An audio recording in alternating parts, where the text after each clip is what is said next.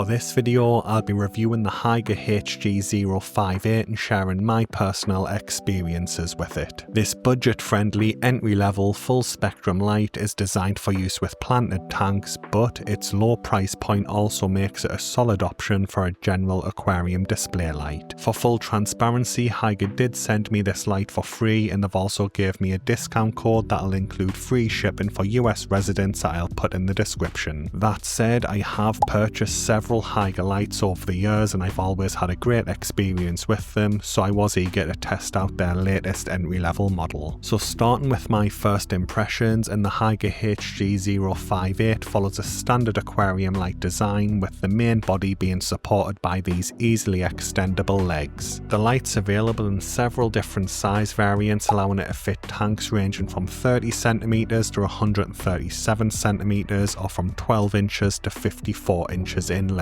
As I mentioned earlier, it's a full spectrum light and it utilizes a mixture of different colored LEDs to optimize plant growth while keeping your power costs low. White light does contain all spectrums of light, but it usually requires higher intensity to achieve the same growth with your plants rather than a dedicated full spectrum setup. Different light wavelengths contribute to plant growth in unique ways, as shown in the table on the screen, showing why Hygger have chosen to use the red, green and blue LEDs in conjunction with the standard white LEDs on this light. Although there's only a couple of different coloured lights on the LED, this allows it to maximise plant growth efficiency without increasing the wattage consumption when compared to an all-white LED light. One feature that could be popular depending on how you run your fish room is the built-in timer, which offers 6, 8 and 12 hour settings. The main competitor to this light doesn't have an 8-hour option on its timer, which can push this ahead for people who are playing with the 6 to 8 hour photo period that's commonly recommended. Some content creators such as MD Fish Tanks tend to follow the daily light integral method, also known as the DLI method, where they'll run their lights for a longer period of time for up to 12 hours at a lower intensity, which this light is ideal for. This approach can encourage plant growth while also minimizing algae growth by distributing the same total amount of photosynthetic available radiation throughout the day, but it's done over a longer period of time at a lower intensity. Thankfully, it's easy to adjust the light intensity on this light using the button on the controller that will adjust light intensity in increments of 10%.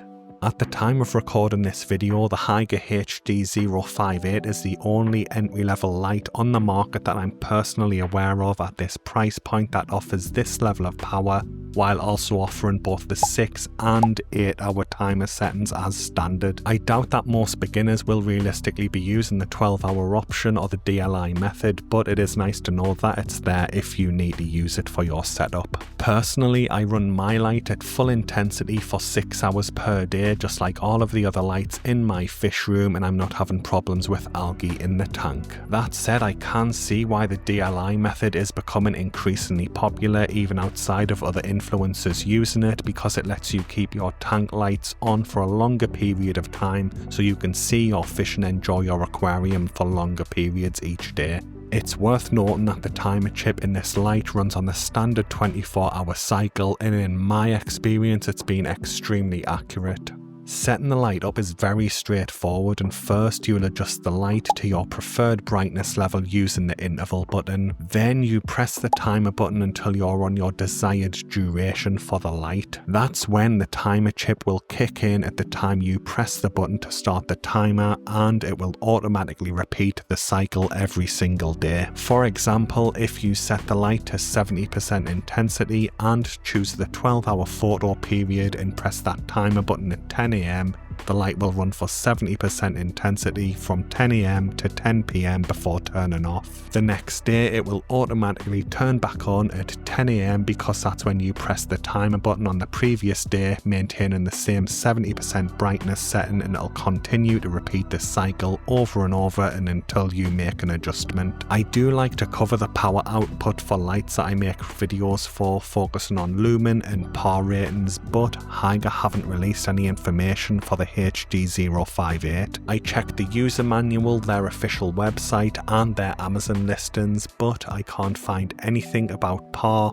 lumens or lux. The only thing I can find is about the wattage requirements, which realistically aren't very useful for modern LED lights. Now, I would have liked to have the data available for the video, but realistically I can see why more and more manufacturers, especially for their entry-level lights, just aren't bothering to release it. Firstly, most beginners don't know what those metrics are, or they just don't care and they'll buy the light either way. Secondly, very few hobbyists, including myself, actually own a par meter or any type of test equipment to verify the accuracy of the claims the manufacturers make. And thirdly, some people who do have the required test equipment can give a bad review if it's slightly out of the lumen or par claims for the manufacturer, so I do think that this might be a way manufacturers continue to go in the future. Now, I really don't like using the eyeball test because it's never been a reliable measurement regardless of who you are, but personally I have bad eyes anyway, so it's even less accurate for me. That said, the HG058 does seem to be brighter than its main competitor at the time of recording, which is the Hygger SR616, suggesting that it may have a higher lumen output. However, it is worth noting that it definitely does seem to have a cooler colour temperature, which can make a light look brighter to the human eye because it has reduced warm hues in the light output. So the perceived increase in brightness might just be an effect of the colour temperature of the light rather than the true lumen output. Either way, this light is easily bright enough to be used as a display light, and I'm confident it should easily be able to grow the vast majority of entry-level, easy category aquarium plants. As you can see in the video, I'm using this light on my new minimalist aquarium, which contains 2 Anubias petites, 1 Anubias nanocoin and some floating Amazon frogbit on the surface. These plants have been in the aquarium for around a month now, but they aren't showing any signs of struggling with lighting issues or anything like that. But on the flip side, all of the plants in this particular tank are categorized as easy plants. Thankfully, this is ideal because this is an entry-level light, and I always recommend that beginners stick with easy category plants for their first planted tank. Finding suitable plants to use with this light is simple. You can simply check any of the plant nursery databases that are out there. For example, Tropica have an excellent plant database that's free to use.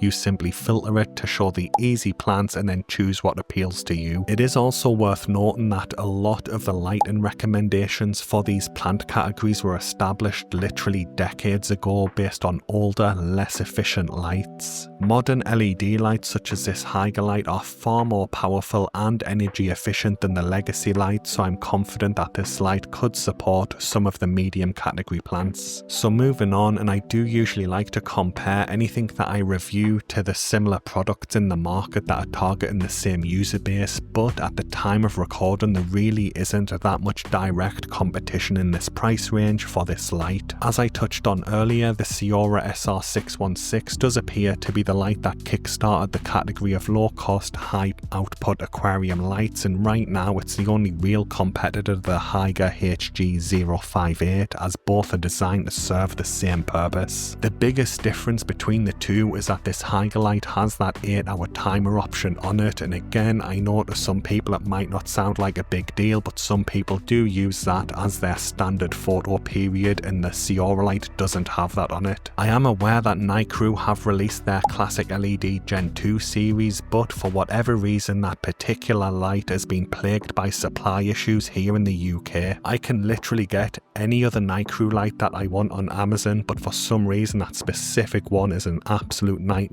to find. But for whatever reason, Nycrew have chosen not to include a 6-hour photo period on the timer for their classic LED Gen 2 light range, and I really don't understand why they've done this, because it's easily one of, if not the most popular entry-level photo period for planted tanks. Because I run every light in my fish room at full intensity for 6 hours per day, I really don't class the Nycrew entry as a real competitor to this Hygger light, because it just doesn't have that 6-hour photo period timer for some reason. Then we have the previous generation of the budget-friendly LED lights like the Aqua LED series, but in my opinion they just don't stand a chance to these new modern LED lights that are coming through. So I want to quickly go over who I think that this light is best suited for. As I mentioned earlier, the Hygger HG058 is an excellent entry-level option for beginners setting up their first planted tank with easy category plants. I'm confident that you can run this light at maximum intensity on a 6-hour timer without issue. As long as you keep up with regular water changes to manage the excess nutrient buildup in your aquarium, you shouldn't have any problems with algae buildup either. It's also a great choice for more experienced planted tank keepers who want a budget-friendly light that can deliver an impressive amount of power relative to its light, or for someone who is specifically looking for that 8-hour timer setting on an entry-level light. Later this year I'll be setting up 2 more nano tanks to complete my rack, and it's very likely that I'll be putting this light on them, but this time I'll be purchasing them with my own money because this really is a solid little light.